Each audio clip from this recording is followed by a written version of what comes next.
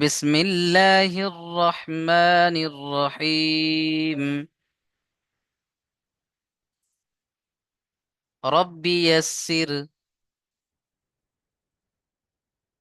ওয়ালা তুআসসির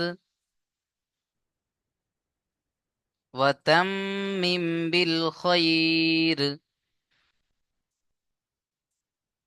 ওয়াবিকা নাস্তাঈন ইয়া ফাত্তাহ রব্বি জিদনি ইলমা রব্বি জিদনি ইলমা রব্বি জিদনি ইলমা। চলেন সবক শুরু করা যাক। সবক নাম্বার 1। সবক নাম্বার 1-এ কি আছে? পৃথক পৃথক অক্ষর বা আলাদা আলাদা অক্ষর বা ছাড় ছাড় অক্ষর, যেটা বলতে পারেন আপনি। দেখেন,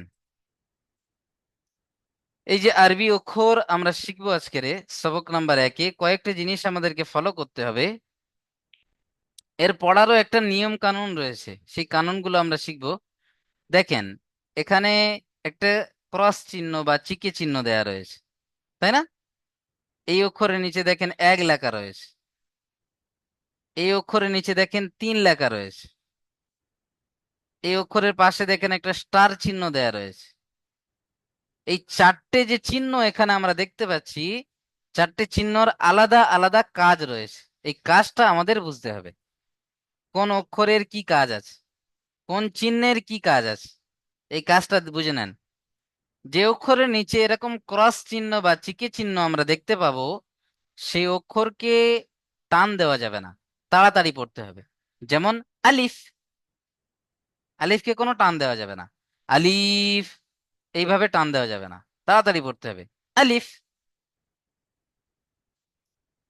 বা এখানে দেখেন 1 লেখা রয়েছে, এখানে একালিফ টান দিতে হবে। কেমন করে?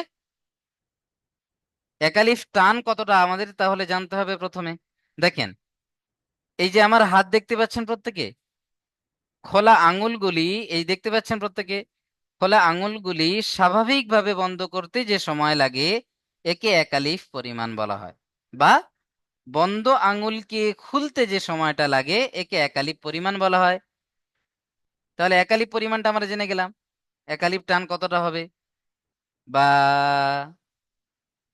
তা, সা, বুঝে এসছে একালিফ পরিমাণ কতটা? এইভাবে একালিফ করে টান দেবো, যে অক্ষরের নিচে 1 লেখা থাকবে। এখন দেখেন 3 লেখা রয়েছে, যে অক্ষরের নিচে 3 লেখা থাকবে সেখানে 3 আলিফ টান দিতে হবে। বুঝতে পারছেন? তাহলে একালিফ আমরা যতটা টান দিয়েছি তার আরো 2 ডবল, অর্থাৎ 3 বার খোলা বন্ধ করা খোলা। এই যে 3 বারকে খোলা বন্ধ করা খোলার যে সময়টা লাগছে, এটা হলো 3 আলিফ। তাহলে 3 আলিফ টান এই অক্ষরকে দিতে হবে। বুঝে এসছে? এখন দেখেন, এই যে স্টার দেওয়া রয়েছে, এই স্টারের কি কাজ আছে? যে অক্ষরের পাশে আমরা এই স্টার চিহ্ন দেখতে পাবো, সেই অক্ষরকে মুখটা গোল করে পড়তে হবে। যেমন ধরেন খ, খ পড়তে গিয়ে দেখেন মুখ গোল হবে খ। এখানে যদি আপনি পড়েন খা, তাহলে কিন্তু ভুল পড়া হবে। সঠিকটা কোনটা? খ, মুখ গোল করে পড়তে হবে। চলেন, আশা করি তাহলে এই যে চারটের কাজ আমরা বুঝে গেলাম। যে অক্ষরের নিচে ক্রস চিহ্ন দেয়া থাকে সেখানে টান দেওয়া যাবে না। যেখানে 1 লেখা থাকবে একালিফ টান দিতে হবে। যেখানে 3 লেখা থাকবে 3 আলিফ টান দিতে হবে। যেখানে স্টার চিহ্ন দেয়া থাকবে মুখ গোল করে পড়তে হবে। ক্লিয়ার? চলেন, এখন দেখেন, এই যে লম্বা মতো দাঁড়ি মতো একটা দেখতে পাচ্ছেন, এটাকে বলা হয় কি? আলিফ। কি বলা হয়? আলিফ। প্রত্যেকেই বলেন, কেউ বসে থাকবেন না, মাইক খুলতে হবে না। প্রত্যেকেই বলেন আমার সাথে সাথে, আলিফ। এখন দেখেন বা, বা দেখতে কিরকম? এরকম একটা নৌকো মতো দেখতে, নিচেই একটা নোক্তা রয়েছে, এটাকে বলা হবে বা। নোক্তা কাকে বলে? এই যে কালো মতো দেখতে পাচ্ছেন, ছোট্ট মতো একটা রয়েছে নিচে, এটাকে কি বলা হয়? আরবিতে বলা হয় নুক্তা। প্রত্যেকেই বলেন আমার সাথে, কি বলা হয়? নুক্তা। তাহলে আমাদের প্রত্যেকের এই নুক্তাটা চিনতে হবে। কারণ দেখেন, তিনটে অক্ষর দেখতে একই রকম না? আকৃতি তিনটে অক্ষরের একই, তিনটে সব নৌকোমতো আছে, কিন্তু দেখেন প্রত্যেকটার মধ্যে নোক্তার পরিবর্তন রয়েছে। প্রত্যেকটা নোক্তা আলাদা আলাদা জায়গায় রয়েছে এবং আলাদা আলাদা নোক্তা রয়েছে। বায়ের নিচে একটা নোক্তা রয়েছে, তায়ের দেখেন উপরে দুটো নোক্তা রয়েছে, সায়ের উপরে তিনটে নোক্তা রয়েছে। তাহলে আমাদেরকে চিনতে হবে কি? নোক্তা। কোন অক্ষরের নোক্তা কোন জায়গায় আসছে। বায়ের নোক্তা নিচে আসছে মানে অন্য কোন অক্ষরের নোক্তা নিচে আসবে না একটা। এটা আপনার মাথায় বসিয়ে নিতে হবে যে বায়ের একটা নোক্তা নিচে আছে, তায়ের দুটো নোক্তা উপরে আছে, সায়ের তিনটে নোক্তা উপরে আছে। এটাকে আপনার মাথায় বসিয়ে নিতে হবে। এই মাথায় বসার জন্য আপনার কি করতে হবে জানেন? বেশি থেকে বেশি লিখতে হবে। প্রত্যেকের খাতা এবং কলম আজকের থেকে রেডি করে নেন, কাল থেকে লেখা শুরু করবেন, এবং পরশুদিন যখন আপনাদের সবক হবে আমি খাতা দেখবো আপনাদের। আপনাকে লিখতে হবে, অক্ষর চেনার জন্য লিখতে হবে। প্রত্যেকে আমরা এভাবে লিখবো ইনশাল্লাহ। কেমন ভাবে লিখবো আমি সে সিস্টেমও শেষে বলে দেবো। দেখেন তাহলে, বায়া, নিচে একটা নোক্তা একালিপ টান দিতে হবে বা, উপরে দুটো নোক্তা আছে, নিচে এক লেখা রয়েছে, এটাকে বলা হয় তা। উপরে দুটো নোক্তা, নিচে এক লেখা, তিনটে নোক্তা এবং নিচে এক লেখা রয়েছে, অর্থাৎ একালিপ টান দিয়ে পড়তে হবে। এটাকে বলা হয় কি? সা। আমার সাথে সাথে পড়েন। আলিফ, বা, তা, সা। চলেন, আশা করছি এই চারটে আমাদের প্রত্যেকের চিন্তা অসুবিধা হবে না। এখন দেখেন, জিম, এই যে অক্ষরটা তিন আলিফ টান দিতে হবে। এখানে ছাত্র ভাইয়েরা একটা ভুল করে বসেন। জিমের যে তিন আলিফ টানটা রয়েছে, এখানে কেমন ভাবে পড়েন জানেন? ভুলটা কোন জায়গায় করেন? জিম বলে আওয়াজটা চেপে ধরেন। আওয়াজটা চেপে ধরলে হবে না, পরিপূর্ণ আওয়াজটা দিতে হবে তিন আলিফ। জিম বলে থামতে হবে। বুঝে এসছে সঠিক পড়া কোনটা? জিম।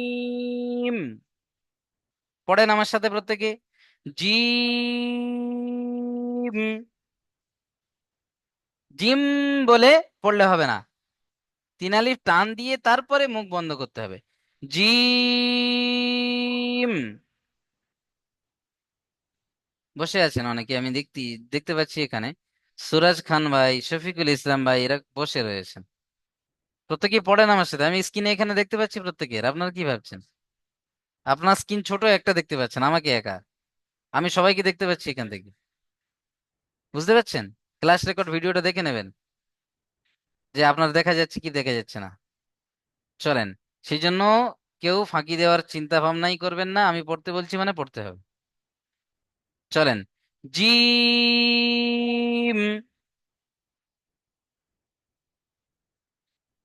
চলেন তারপরে দেখে নেন, জিমের মতো দেখতে আরো দুটো অক্ষর রয়েছে, তাই না? তিনটে দেখেন আকৃতি একই রকম, কিন্তু নোক্তার পরিবর্তন। ওই যে বলেছিলাম আমি, নোক্তাকে চিনতে হবে। শামীম ভাই প্রচুর ঘুম পাচ্ছে আপনার, এদিকে তাকান। জিম, এই যে জিমের দেখেন পেটে একটা নোক্তা আছে, তাই না? জিমের কোথায় নোক্তা? পেটে নোক্তা। আপনাকে চিনতে হবে, জিমকে চিনতে গেলে নোক্তাকে চিনতে হবে। জিমের নোক্তাটা কোথায় আছে?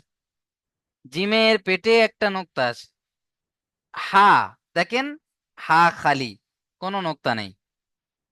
হাকে কিভাবে চিনবেন? জিমের মতো দেখতে, কিন্তু হায়ের কোনো নোক্তা নেই। হা একালিপ টান হয়। তারপর দেখেন খ, এখানে মুখ গোল করে পড়তে হবে, তাই পাশে স্টার দেওয়া রয়েছে। খা পড়া যাবে না, কি পড়তে হবে? খ।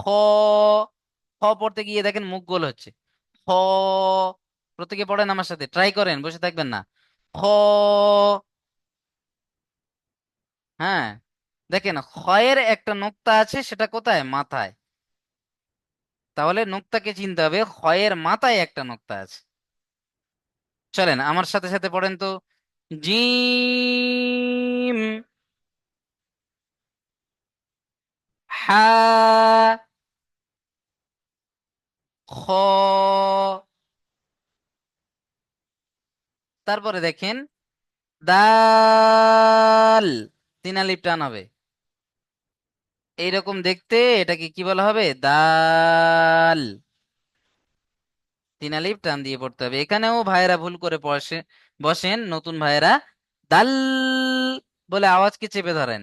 চেপে ধরলে হবে না, আওয়াজকে পরিপূর্ণ দিয়ে তারপরে থামতে হবে। দাল, বুঝে আসছে? এইভাবে পড়েন, দাল। দেখেন, দালের মতো দেখতে আরো একটা অক্ষর রয়েছে, তার মাথায় একটা নোক্তা আছে, এটাকে বলা হবে জাল। তাহলে দাল আর জাল এই দুটো দেখতে একই রকম, দালের কোনো নোক্তা নেই, জালের একটা নোক্তা আছে। দুটোকেই তিন আলিফ টান দিয়ে পড়তে হবে। পড়েন তো, দাল, জাল। চলেন তারপরে দেখেন র, মুখ গোল করবেন, র, একালিপ টান হবে। র কেমন দেখতে দেখেন, উপর থেকে এরকম এসে এইভাবে, এটাকে বলা হবে কি? র। র এর পরে দেখেন এটাকে বলা হবে জা। র আর জা দেখতে একই রকম, র এর কোনো নোক্তা নেই, জায়ের একটা নোক্তা রয়েছে। দুটোর মধ্যে পার্থক্য আছে কি নেই? যে দুটো দেখতে একই রকম প্রত্যেকটার মধ্যে পার্থক্য দেখবেন আপনি। র এর কোনো নোক্তা নেই, জায়ের এসে একটা নোক্তা আছে। এখানে আমার ছাত্র ভাইয়েরা ভুল করে বসেন এক জায়গায়। সে ভুলটা কি জানেন? র এর পরে পড়ে জ, জ নয়, কি পড়তে হবে? জা, র, জা। পড়েন আমার সাথে সাথে, র, জা। তারপরে দেখেন সিন, সিন দেখতে কেমন? এরকম দুটো দাঁত মতো আছে, আর একটা এরকম পেট মতো আছে, এটাকে কি বলা হবে? সিন, তিন আলিফ টান হবে। কেউ সিন বলে থামবেন না, পুরো তিন আলিফ টান দিয়ে তারপরে থামতে হবে। সিন। তারপরে দেখেন সিনের মতো দেখতে আরো একটা অক্ষর রয়েছে, শিন। সিনের কোনো নোক্তা নেই, শিনের এসে তিনটে নোক্তা রয়েছে। এখানে ছাত্র ভাইয়েরা একটা গুলুগুলি করে ফেলেন, যে কোনটা সিন আর কোনটা শিন গুলিয়ে ফেলেন, আর এর আওয়াজটাও খুব সুন্দর গুলিয়ে ফেলেন। দেখেন আওয়াজটার একটা পার্থক্য আপনাদেরকে বুঝিয়ে দিই। যে অক্ষরটা প্রথমে দেখছেন সিন, কোনো নোক্তা নেই, এই অক্ষরের আওয়াজটা কেমন হবে জানেন? আপনাদের, আপনারা প্রত্যেকেই হয়তো দেখেছেন যে বাড়িতে প্রেসার কুকার থাকে না, প্রেসার কুকারে একটা সিটির আওয়াজ হয়, এরকম করে। এই যে আওয়াজটা, প্রথম অক্ষরের আওয়াজ এইভাবে আসবে, সিন। প্রত্যেকেই বলেন সিন। দ্বিতীয়টা দেখেন মোটা আওয়াজে আসবে, শিন, মোটা আওয়াজ হবে, শিন।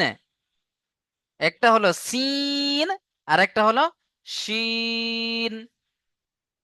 বুঝে এসছে? চলেন, দুটো ভাই হাত তুলে রেখেছেন, একটু পরে ধরে নেবো, আর দুটো বাকি রয়েছে, এই দুটো একটু পড়িয়ে দিই। দেখে নেন, সদ, এই অক্ষরকে কি বলা হয় দেখতে এরকম? এটাকে বলা হবে কি? সদ। পাশে এই যে স্টার দেওয়া রয়েছে, অর্থাৎ এই অক্ষরের মুখটা গোল করে পড়তে হবে পড়ার সময়, এটাকে কি বলা হবে? সদ।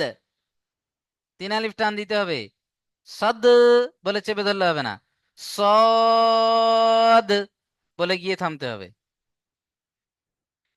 তারপরে দেখেন সদের মতো দেখতে আরো একটা অক্ষর রয়েছে, শরীফুল ভাই এদিক ওদিক না তাকিয়ে পড়েন, জদ। সদ আর জদ দেখতে একই রকম, সদের কোনো নোক্তা নেই, জদের এসে দেখেন একটা নোক্তা রয়েছে, দুটোকেই 3 আলিফ টান দিয়ে পড়তে হবে। তাহলে কি হলো? সদ আর জদ। চলেন প্রত্যেকেই আমার সাথে একবার পড়ে নেবেন, আমি কিন্তু এখান থেকে দেখছি, প্রত্যেকেই পড়বেন। আলিফ, বা, তা, সা, জিম, হা, খ, দাল, জাল, র,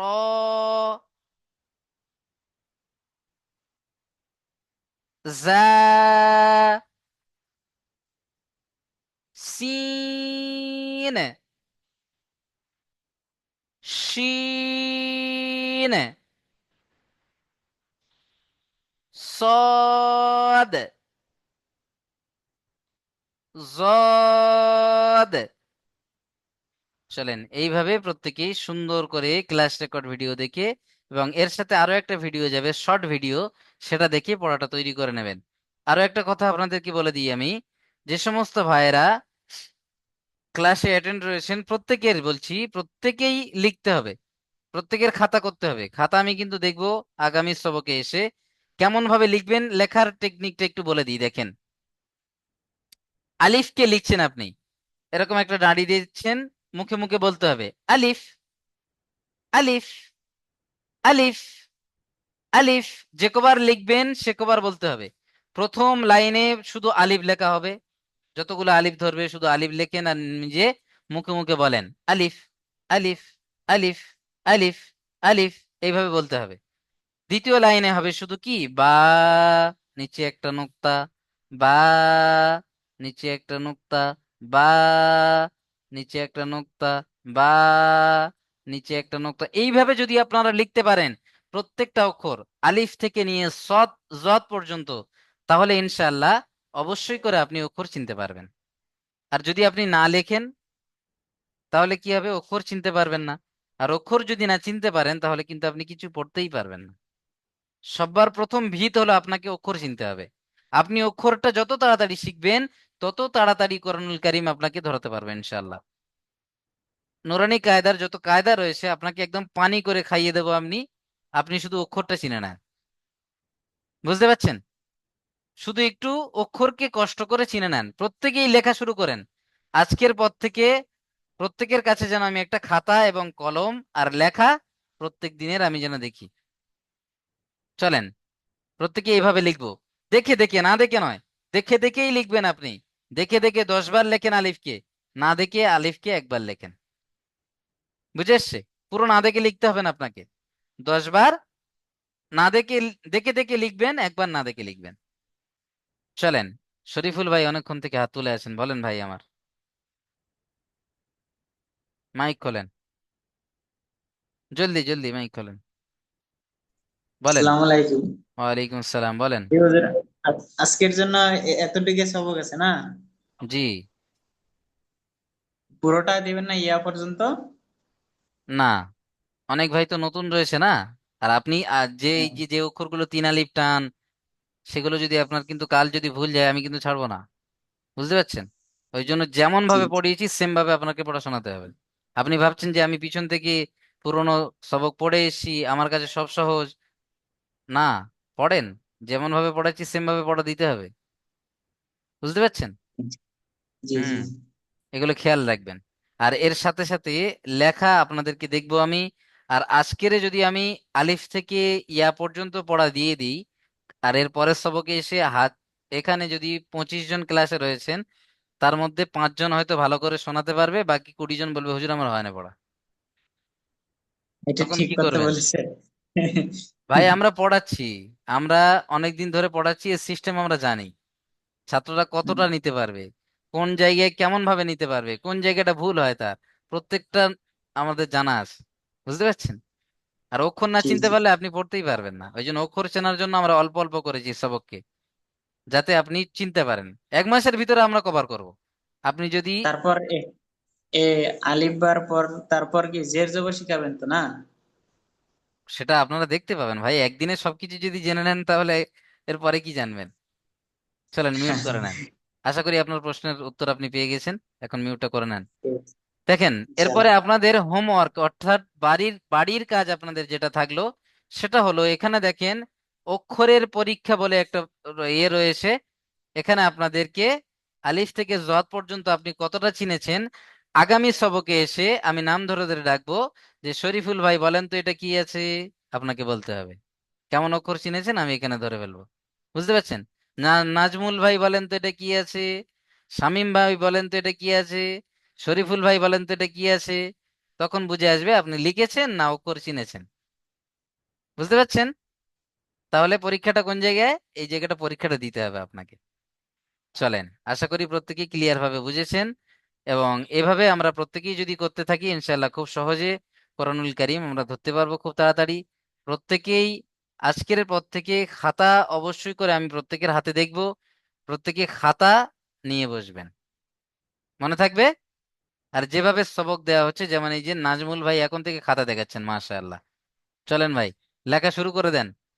একদম জমে পড়ে থাকেন, ইনশাল্লাহ আল্লাহ পাক আপনাদের প্রত্যেকের কবুল করবেন। এর ওসিলা করে দুনিয়া আখিরাতকে আল্লাহ রাব্বুল আলামিন অবশ্যই কামিয়াব করবেন। চলেন।